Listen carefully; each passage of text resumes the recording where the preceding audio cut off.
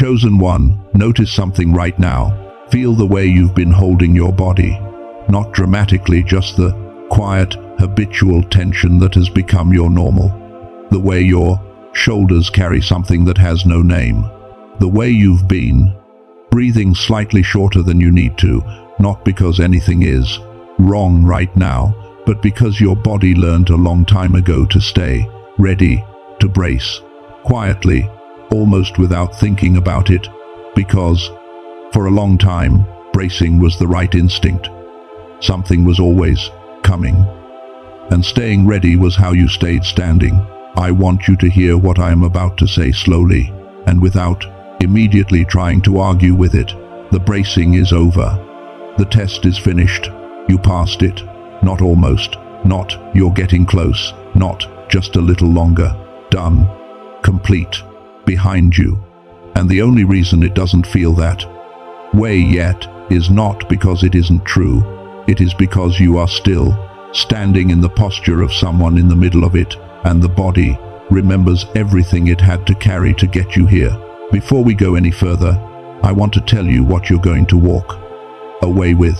If you stay with me through this entire message, you are going to understand exactly why your hardest season was built the way it was, and what it reveals about the specific thing you have been called to carry.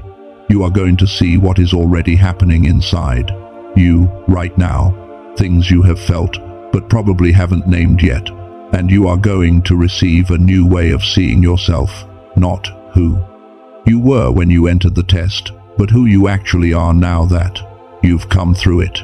Every piece of this matters. Stay with me. There is a question underneath all of this that most people never stop to ask. They are so focused on when the hard season will end that they never stop to ask why it was structured the way it was, why it was that specific length, why it targeted those specific places, why it felt so personal, like something was pressing on exactly the right spot to cause exactly the right amount of damage. I want to answer that question today, because the answer changes everything. Most people, when they walk through something genuinely hard, arrive at one of two conclusions. Either they decide it was random, just life being difficult, nothing meaningful behind it, or they decide it was punishment, something they did or didn't do that brought the difficulty on themselves.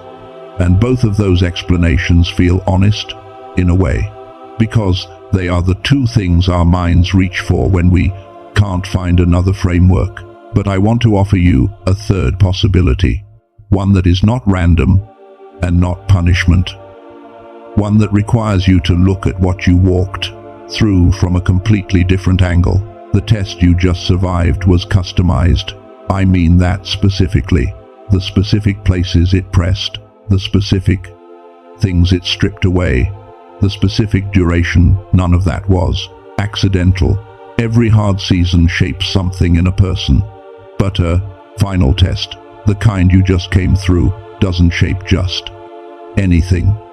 It shapes exactly what the assignment ahead of you requires. Here is the first thing you'll notice when you look back at what you walked through. The test didn't press on random areas. It targeted the exact places where you were most afraid of failing, the relationships that felt most fragile, the areas of identity that carried the most uncertainty, the things you had worked to build that felt most vulnerable to loss, and it pressed there hard, and it held pressure there long. That is not cruelty, that is precision, because the calling ahead of you will require extraordinary strength in exactly those areas. The places that were pressed are the places that will carry the most weight, and they could not carry that weight until they had been held under pressure long enough to prove they wouldn't break. The pressing was not the enemy, the pressing was the forge. Here is the second thing. The test lasted exactly as long as the thing it was forming took to form. Some seasons feel arbitrary in their length. Why a year? Why 2? Why 5? But character formation is not arbitrary. It has its own timeline, and it does not cut corners. The test held until what was being built inside you was actually built, not claimed, not intended, actual, until the faithfulness was not something you were trying to have but something you simply were, until the steadiness under pressure was no longer an effort but a nature. That was when it ended. And here is the third thing, the one most people never see. The test involved exactly the people and the circumstances and the losses that your specific assignment demands you have actually passed through, not gone through quickly, passed through, felt fully, survived completely. Think about Joseph. Joseph did not end up in Egypt by accident. He went to Egypt because the man who would one day hold the storehouses of a nation, the man who would stand between a civilization and starvation, needed to understand betrayal, powerlessness, and patience not as concepts, but as things he had lived inside his own body for years. The pit was real. The prison was real. The silence from God during those years was real. And every piece of it was preparing something that could not be prepared any other way. Notice what was taken from Joseph in that season: his position, his freedom, his sense of where the story was going, the support of everyone he had relied on. And here is what I want you to understand about everything that was taken from him. If he had kept any of it, it would have made him dangerous with authority. The pride would have followed him into the palace, the sense of entitlement, the need to be seen and validated by people. The stripping was not cruelty. The stripping was the only way to produce a man who could stand before Pharaoh and not lose himself. Not because his circumstances had finally become easy, but because the things inside him that would have corrupted the power had been removed. That is the pattern behind your test. What was stripped from you was not taken by an enemy, even when it felt that way. It was removed to prepare what comes next. And what was removed is exactly what would have gotten in the way. Sit with that for a moment. Because this alone, just this truth alone, is enough to change how you see every hard thing you walked through, every loss, every silence, every season where the ceiling felt impossibly low. This reframes all of it. But this is only the first layer, because there is something even more important than why the test was designed the way it was. There is something more important than the purpose behind the stripping, and it speaks directly to who you are and what you actually did inside the test. Because most people don't pass it. That is the truth that most conversations about the hardest seasons leave out. Most people don't pass the final test, not because they are not capable, and not because the test is unfair, but because of something very specific that happens near the end of the hardest season of a person's life. The final test is designed so that the last stretch, the final door, the final pressure point feels identical to the beginning of more pain. It does not announce itself as the ending. It does not arrive with a sign that says, "This is the last one." It presents itself as another chapter of difficulty, and it does this on purpose, because the character it is testing can only be proven by someone who stays, even when staying no longer looks reasonable.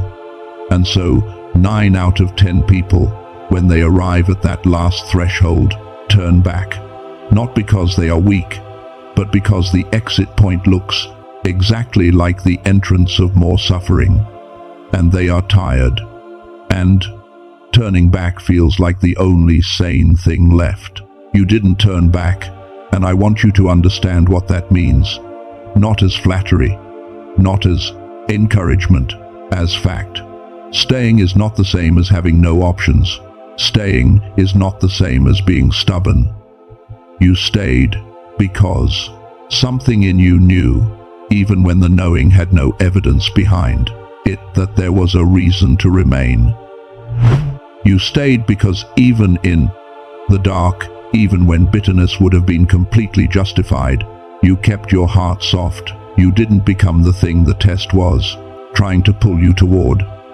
And you did all of that quietly, in moments no one clapped for, in ways most people around you probably didn't even see. That is not ordinary. That is rare. And right now, I want to show you 5 things that are already happening inside you. Not things that are coming, things that are already here. Because if you have just come through what I believe you have, these are already present. You may just not have named them yet. The first one is this. You have stopped needing to understand the why. There was a season where the unanswered questions kept you awake at night. Why this? Why now? Why this long? Why me? But somewhere in the last stretch, something settled. Not because the answers arrived, but because something deeper than needing answers took root inside you. A kind of quiet knowing that doesn't require explanation. It is not resignation. It is something steadier than either certainty or doubt. You can feel it if you look for it. The second thing is that the urgency is different. There was a low-level hum of worry underneath almost everything for a long time. Not always loud, but always present. Like a sound you stopped noticing, because you heard it every day. And while the visible circumstances may not look completely resolved yet, something in the hum has changed. A stillness is beginning to form where the anxiety used to live. That stillness is not numbness. That is peace starting to arrive. The third shift is in how you see other people's timelines. You have spent real time measuring yourself against others, their visible progress, their visible blessings, the way their path seemed to move, while yours seemed to hold still. And somewhere in the test, that comparison stopped having the same pull, not because comparison became impossible, but because something in you accepted, settled into even the fact that your path is specific. It is yours, and that is not a consolation. That is the beginning of clarity. The fourth thing is the knowing. Not knowing what, not a clear vision of what comes next, not a specific prediction, but a knowing that. A sense that something is in motion even if you can't name it yet. That the next chapter is different. That what was held at a distance for a long time is now beginning to move in your direction. You feel it more than you can explain it. And the fifth shift, and this one is tender, so receive it gently. You are starting to dream again. Small things, quiet things, a flicker of what your life could look like, what you could build, what you could become. After a season that pressed those flickers flat, they are beginning to stir again. That is not foolishness. That is the mind that survived the test returning to itself. Here is what the story of Job shows us about the timing of all of this. Job's full restoration did not come during the test. It came after. And this matters enormously. The test was complete spiritually. Complete the moment Job's character was proven, not the moment his circumstances changed. He entered his answer before he entered his deliverance. The visible shift in his life came after the inner shift had already happened. That is exactly where you are. Spiritually, the test is complete. The character is proven. The answer has been given. The circumstances are catching up. There is something I want to share here because it connects directly to what I've just described. After a season this long and this intense, something real happens in the brain. Research, going back decades in neuroscience, has documented this clearly. Sustained difficulty, prolonged pressure, long-term uncertainty, extended seasons of spiritual and emotional strain suppresses specific brainwave frequencies, the exact frequencies associated with creative clarity, with deep intuition, with that state scientists call flow. The frequencies that were fully active in you as a child before life pressed them down. These are the same frequencies that, in the language of faith, we might call God-given, the part of the mind that was designed to see clearly, to create freely, to move with ease, through what God has prepared. A neuroscientist named Dr. Robert Lake, with 34 years of brain research behind him, developed a 7-minute audio track that uses something called brain entrainment technology, drawing on studies from MIT, Harvard, Stanford, and Princeton to help reactivate these exact frequencies, not as a replacement for anything you've built, not as a shortcut to the character you earned the hard way. To put it plainly, this did not help you pass the test. You passed the test because of who you are. But if you are moving into a new season, and you want your mind operating at full capacity, if you want the clarity and the intuition and the creative energy that the work ahead will require, this is a simple 7-minute daily practice that more than 18,000 people have used to support that kind of recalibration. Traditionally, to activate these frequencies, you would need biofeedback therapy at around $300 per hour, or home equipment that runs close to $7,000. Dr. Lake compressed all of that technology into a single audio track, originally priced at $49. But for those who find this message, because he wanted this to reach people who genuinely need it, not just people with the resources for it, it is available for $39. That price does not exist on Amazon or anywhere else. It is only through the link I've left in the description and in the pinned comment below. And when you get it, you receive 4 free bonuses alongside it, including a track designed for children, the original book that inspired the film The Secret, a guided visualization practice, and a practical framework for building the life ahead of that. There is a full money-back guarantee, no conditions, no explanations required. If you don't feel a difference, you receive every dollar back. For those who feel called to it, the link is below. For those who don't, that is entirely right too. What comes next in this message is the most important part, because here is what I've shown you so far. The test was not random, and it was not punishment. It was designed specifically for you, and what it stripped was exactly what would have stood in the way of what comes next. And you didn't exit at the last door, which most people do, and what you did in that test is rare. Those 2 things alone are enough to shift how you see the last season of your life. But they are both pointing towards something larger, a truth that sits underneath all of this, a truth about what the test was actually testing and what it actually proves. That is what part 2 holds. And I promise you, that is the truth that changes everything.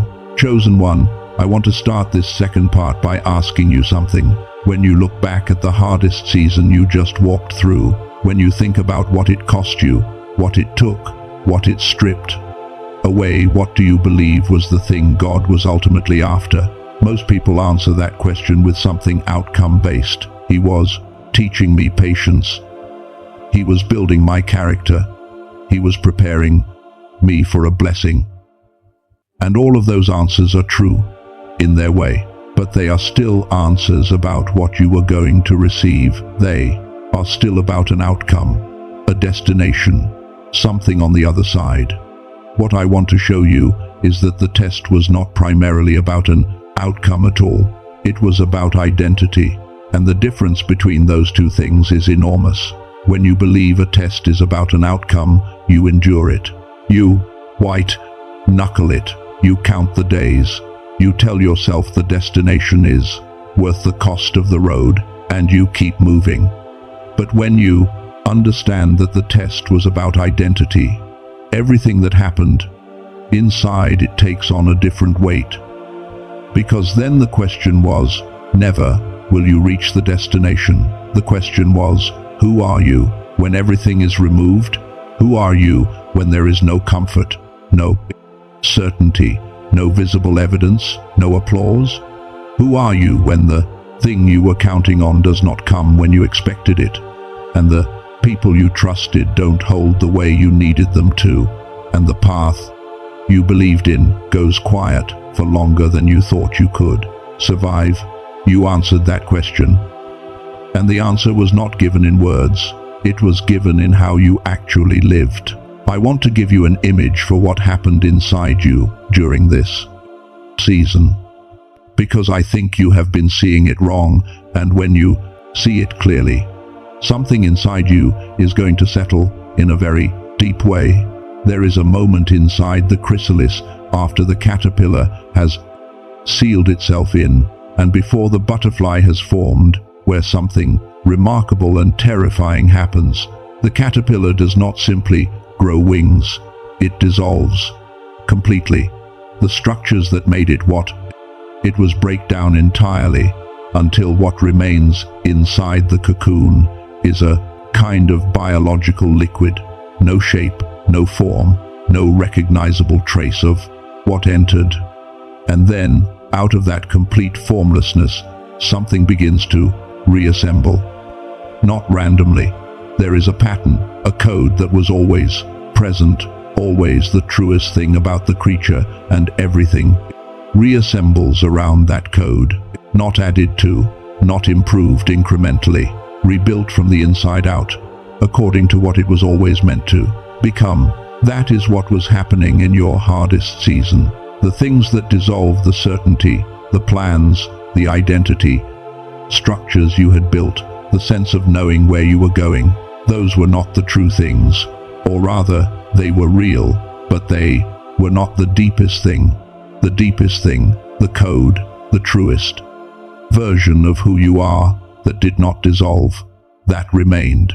And everything has been reassembling around it, slowly, invisibly, in ways you cannot fully see from inside the process. You did not come out of that season slightly improved. You came out rebuilt around a truer core. Now, I want to speak to something that is happening in a lot of you right now, because there is a pattern that shows up in almost everyone who has survived a test this significant, and it is the one thing that could prevent you from fully receiving what is already prepared for you. It is this: you can't quite believe that the good is real. You feel the shift. You sense the something that is moving. But underneath the sensing, there is a quiet voice that says, "Don't trust this yet. You've been here before, and it didn't turn out the way you thought. Stay guarded. Stay careful, because the moment you let yourself believe it fully, it might be taken away again." I want you to understand what that voice is. It is not discernment. It is not wisdom. It is not God cautioning you to be patient. It is your nervous system still in the posture of the test, still scanning, still bracing, trying to protect you from a storm that has already passed. And here is the important thing. That voice is not wrong about your past. It learned what it learned by surviving real things, but it is applying past data to a present moment that has changed. And if you listen to it, if you let it keep you at a distance from what is now moving in your direction, it will be the one thing that delays the very thing it is trying to protect you from missing.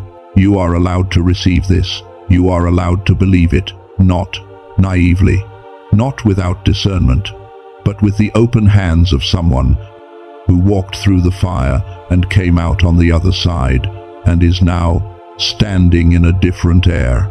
Let the doubt be there if it comes. Name it when it arrives. Say, "This is the old reflex.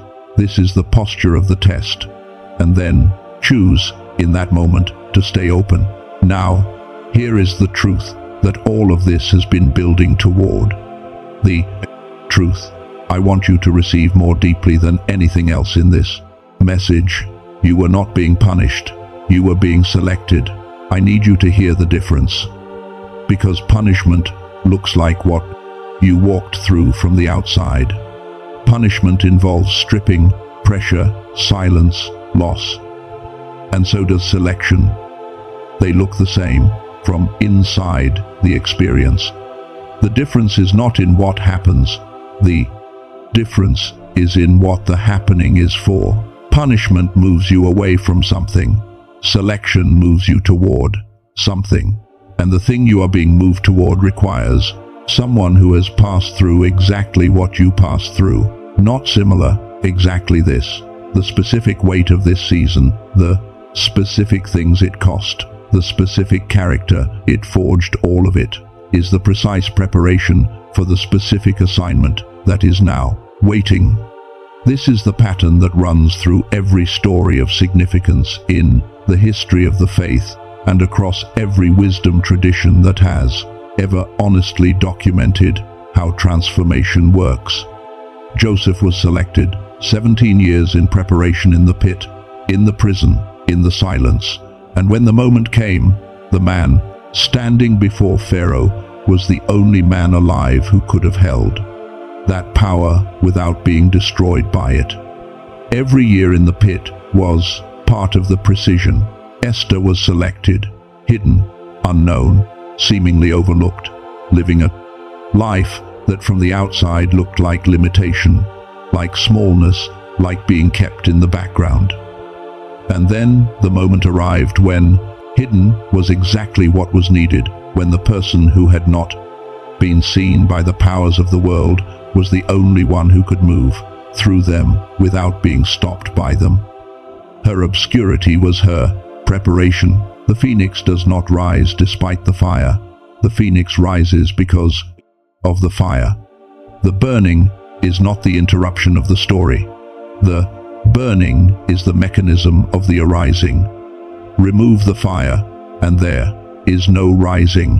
The fire is the thing. You are a part of this same pattern. You are not the exception to it. You are not someone for whom it almost applied, but not quite. You are someone for whom it applies completely. Because you are still here. Because you did not become bitter. Because you held through the fire and came out with something that the fire cannot destroy. Now I want to speak directly to who you are, not who you were before, not who you hope to become, who you are right now, already, because of what you just walked through. You are a spiritual warrior, and I want you to understand what that means, because it does not mean you never fell apart. It means you did not stay fallen. You got up every single time, not always quickly, not always gracefully, but you got up. And the capacity to get up to keep standing on the inside, even when everything on the outside is pressing down, that is not given to everyone. That was forged in you by exactly the kind of pressure you have been through. You are a wounded healer. What you survived is not a wound to hide. It is not the shameful chapter you need to move past before your real story begins. It is the medicine you carry. The people who are going to be reached by your life, who are going to be changed by your words, by your presence, by the way you walk into a room, they are going to be reached precisely because you know what the inside of the hard thing feels like. You can sit with people in their pain without needing to fix it quickly, because you know what it is to sit in pain yourself. That is not a liability.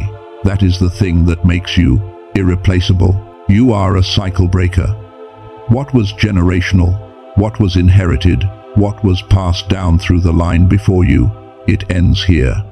Not because you are extraordinary in isolation, but because you made the specific choices in the specific moments of pressure that required something to stop. Patterns end when someone chooses differently. At the exact moment, every force is pushing them to choose the same. You made those choices. The cycle ends with you. You are a pioneer.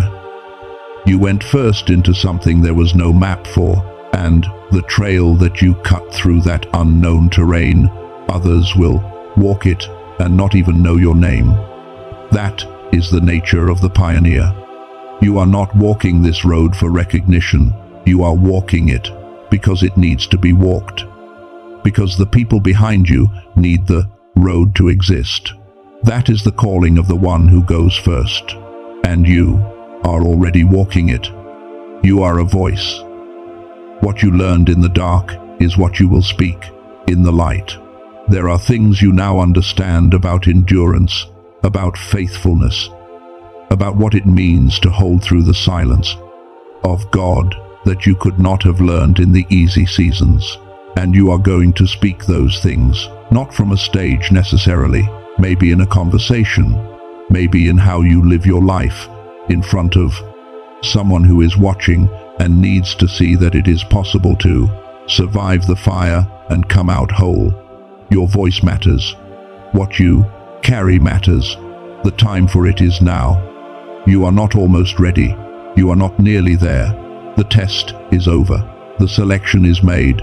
The preparation is complete. What comes next is not more training.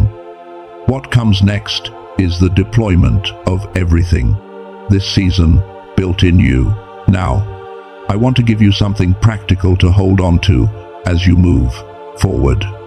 Because knowing these truths is one thing, and living from them is another. And the gap between knowing and living is where most people lose what they've received. Starting today, speak this over yourself.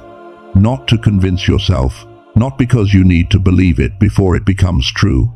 Speak it because it is already true, and you are reminding yourself of what you already are. You do not have to say it in elaborate sentences. Just speak it quietly, in the morning, in the car, whenever the doubt reflex rises. Say, I was selected, not punished. I was built for what comes next. What was taken from me made room for what is prepared for me. The test is over. I receive what has been prepared. And when the doubt comes, when the old voice says, this is too good to be real, do not fight it, just name it. Say, this is the old story, and then choose again the new one. That is not weakness. That is exactly the discipline of someone moving into the season they have been prepared for. 3 things are shifting in your orientation right now, whether you can feel them clearly or not. Where you used to brace for more difficulty, you are now being called to receive what is already prepared. Where you used to measure your timeline against other people's visible progress, you are now free to walk the specific path that belongs to you alone. And where you used to wait for the visible evidence before you allowed yourself to believe, you are now someone who moves from the invisible truth into the visible confirmation. That is the orientation of someone who has passed the test. That is who you are now. Let's close this together. There is a moment in every significant passage when the person coming through it needs to seal what they've walked through, not just with understanding, not just with emotion, but with the full weight of their voice and their spirit together. This is that moment. I want to pray over you, and I want you to receive this, not as words someone is saying at you, but as a truth being spoken into the fabric of what is already real. Father, I want to start with gratitude, not for easy things, for the things that were hard, for the seasons that stripped everything that needed to go, for the silence that lasted longer than any of us wanted, but produced something that the easy seasons never could, for the faithfulness, the quiet, invisible, uncelebrated faithfulness of this person who is here right now that held through conditions designed to break it. We are grateful, not because we have arrived at the end of struggle, but because we are here, still standing, still soft, still choosing, still open. You see what this person has been carrying. You saw every night they wondered if they had heard the right thing. You saw every moment they chose integrity when it cost them. You saw the small acts of faithfulness that no human applauded. You saw the ways they kept their hearts soft when the bitterness would have been justified. Nothing was hidden from you. Nothing was missed. Now I speak release. We release the posture of bracing for what is no longer coming. We release the belief that the good cannot be real. We release the need to understand every step before we take it. We release the comparison that has said, We are behind. We release the old identity that survived by making itself small. We release the weight of what was taken, and we trust the wisdom behind the removal. We release the story that the test is still ongoing. It is finished. It is behind us. We release it now. Now, we speak activation. We call forth the spiritual warrior, the one who does not stay down. We call forth the wounded healer, the one whose pain becomes medicine. We call forth the cycle breaker, the one in whom the old patterns end. We call forth the pioneer, the one who walks the unmapped road for others. We call forth the voice, the one who speaks what the dark taught them. We activate the connections that have been aligned for this season. We activate the doors that the completion of this test has opened. We activate the clarity and the creativity and the courage that belong to the person standing on this side of the fire. We speak protection over the rising. Guard what is being built from the internal sabotage of the old patterns. Cover this person as they move from the test into the deployment. What has been formed in the fire, let nothing pull it back. And now we declare, I am the one who was tested and found faithful. I am the one who did not become bitter. I am the one who held through the silence. I am rising into the assignment that was prepared before I understood what it was. I was not punished. I was selected. I am not almost ready. I am ready. I am a chosen one. And my time is now. It is done. It is sealed. We receive it. Amen. Before you go, I want you to do one thing. In the comments right now, type the word selected. That is your declaration. That is you saying, I received this. I believe it. I am the one who was selected, not punished. Type it and let it stand as the mark of this moment. If you felt something during this message, I want to remind you that the 7-minute practice I mentioned, the one designed to help reactivate the frequencies that the hard season may have suppressed. That link is in the description and in the pinned comment below. 1. Important thing. There are imitation products circulating under similar names that do not carry the actual brain entrainment technology. They are regular audio with nothing embedded. The only way to receive the real product with all 4 bonuses and the full money-back guarantee is through the specific link I've placed in the description and the pinned comment of this video. Not on Amazon, not anywhere else, only there. And if you know someone who has been in a long, silent, hard season and needs to hear that they are not forgotten, share this with them. You may be the reason this message finds them at exactly the right moment. Go receive what has already been prepared for you. You are the one who held. You are the one who was selected. You are ready.